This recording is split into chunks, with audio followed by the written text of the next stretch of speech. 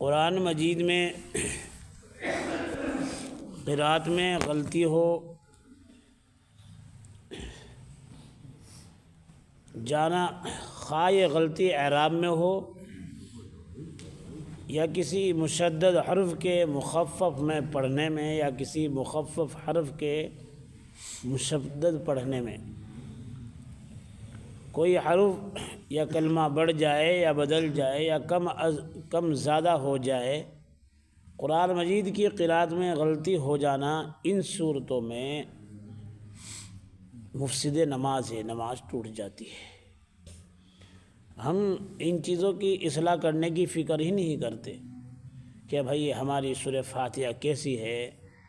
ہم جو نمازوں کے اندر صورتیں پڑھتے ہیں وہ صحیح ہے یا نہیں ہیں۔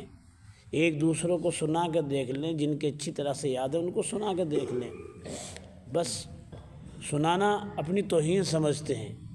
اور یہ توہین ہی ہمیں جو ہے نا اتنا بڑا خسارہ نقصان ہے کہ جتنی ہم نمازیں پڑھ رہے ہیں وہ سب نمازیں ہی نہیں ہو رہی ہماری۔ توہین کی وجہ سے ہم اپنی نمازوں کو خراب کر رہے ہیں، نمازوں کو ختم کر رہے ہیں۔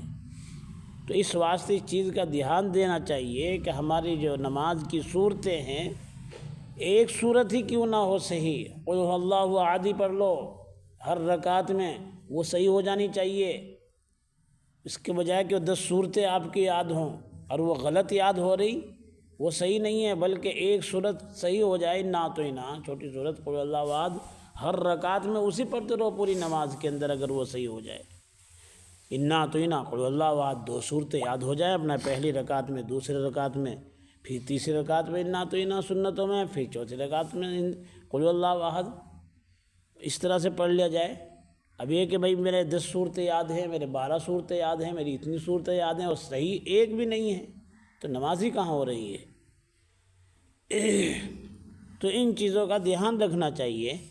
اس غلطی سے معنی بدل جائیں، جیسے ایسے کہ جن کا اعتقاد کفر ہو، خواہ وہ عبارت قرآن مجید میں ہو یا نہیں، معنی بدل گئے ہوں، اگرچہ ایسے نہ ہوں کہ جن کا اعتقاد کفر ہو مگر وہ عبارت قرآن مجید میں نہ ہو۔ اس سے پہلے بھی بتایا گیا کہ ہم بہت سی چیزیں پڑھتے ہیں، الحمدللہ رب العالمین، چھوٹا ہا نکال دے الحمدللہ رب العالمین تو معنی بدلتے ہیں، الحمدللہ رب العالمین الرحمن الرحیم۔ دیکھو ایک تو چیز ہے کہ آدمی ایک ان پڑھ ہے، لیکن اس ان پڑھ آدمی کو چاہیے کہ وہ انتھک کوشش کر دے، جس طرح سے وہ کھیتی باڑی کے اندر کوشش کر رہا ہے، ایک گنے کو فربا کرنے کے لیے، گنے کی کاشت کو مضبوط کرنے کے لیے، منجی کی گیہوں کی کاشت کو مضبوط کرنے کے لیے اتنی محنت کر رہا ہے، جوت رہا ہے، اس کی نہائی کر رہا ہے، اس سے کہیں زیادہ جو ہے نا ہمیں اپنی نمازوں کی صورتوں کے اوپر اور نمازوں کے جو صورتوں کے جو الفاظ ہیں ان کے اوپر دھیان دینا چاہیے۔ معنی میں تغیر آ گیا ہو اور وہ معنی وہاں مناسب نہ ہو، اگرچہ وہ لفظ قرآن مجید میں ہو، معنی میں تغیر آ گیا ہو جس سے الفاظ بے معنی ہو گیا ہو، جیسے سرائر کی جگہ کوئی شخص سرائل پڑھ جائے، اگر ایسی غلطی ہو جس میں معنی میں بہت تغیر نہ آئے، مثلاً اس کا قرآن مجید میں موجود ہو تو نماز فاسد نہیں ہوگی۔ اگر کسی لکھے ہوئے کاغذ پر نظر پڑ جائے اور اس کے معنی میں سمجھ میں آئے تو نماز فاسد نہ ہوگی۔ اگر کسی شخص کے جسم عورت پر نظر پڑ جائے تب بھی نماز فاسد نہ ہوگی۔ اگر عورت کسی مرد کا حالت نماز میں اس طرح سے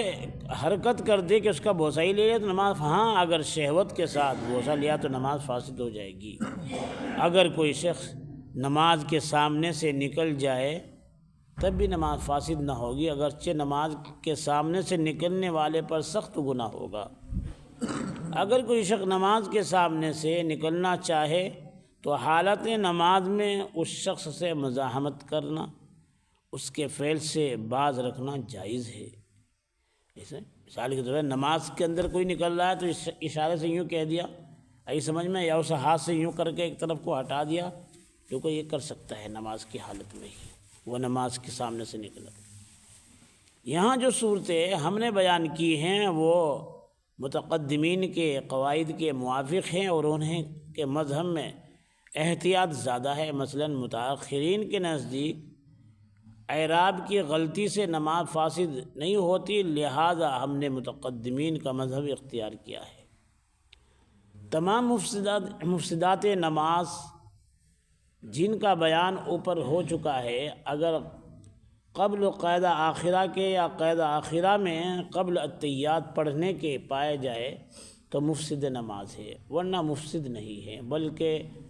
متمم نماز ہیں، یعنی ان کے پائے جانے سے نماز متمم ہو جاتی ہے، یعنی تمام ہو جاتی ہے۔ مگر ان چند صورتوں میں اگر بعد التحیات پڑھنے کے قید آخرہ میں کسی تیمم کرنے والے کو وضو پر قدرت ہو جائے، یا موضوع پر مسح کرنے والے کی مدت گزر جائے، یا پٹی پر مسح کرتا ہو اور وہ زخم جس پر پٹی بندھی ہوئی ہے اچھا ہو جائے، یا کسی کا موزہ اتر جائے یا خود اتارے مگر عمل کثیر نہ ہونے پائے، یا کسی امی کو کوئی صورت یاد ہو جائے، یا کسی برہنہ نماز پڑھنے والوں کو کپڑا مل جائے، یا اشاروں سے نماز پڑھنے والوں کو رکوع سجدے پر قادر ہو جائے، یا امام کو حدث ہو جائے اور وہ کسی ایسے شخص کو خلیفہ کر دے جس میں امامت کی صلاحیت نہیں، یا فجر کی نماز میں آفتاب یعنی سورج نکل آئے، یا جمعے کی نماز میں عصر کا وقت آ جائے، یا کوئی شخص وضو سے معذور ہو اور اس کا عذر جاتا رہے، تو ان سب صورتوں میں نماز فاسد ہو جائے گی، ان سب چیزوں میں نماز فاسد ہو جائے گی۔ موضع پر مسح کرنے والا ہے، اس کا وقت یعنی جو ہے موضع پر جو مسح کرنے والا آدمی ہے مقیم کے لیے 1 دن 1 رات ہے، مسافر کے لیے 3 دن 3 رات ہے۔ لیکن اگر اس کی مدت ایسے ختم ہوئی کہ اس نے نماز پڑھی، 1 رکعت پڑھ لی اور 1 رکعت پڑھنے کے بعد میں دوسری رکعت کے اندر بیٹھا تھا، ابھی اتحیات بھی نہیں پڑھی تھی، اتحیات پڑھ لی تھی کہ وقت ختم ہو گیا، موضوع مسح کرنے کا نماز فاسد ہو گیا، ابھی دوبارہ سے اس کو نماز پڑھنی پڑے گی جی۔ ہاں،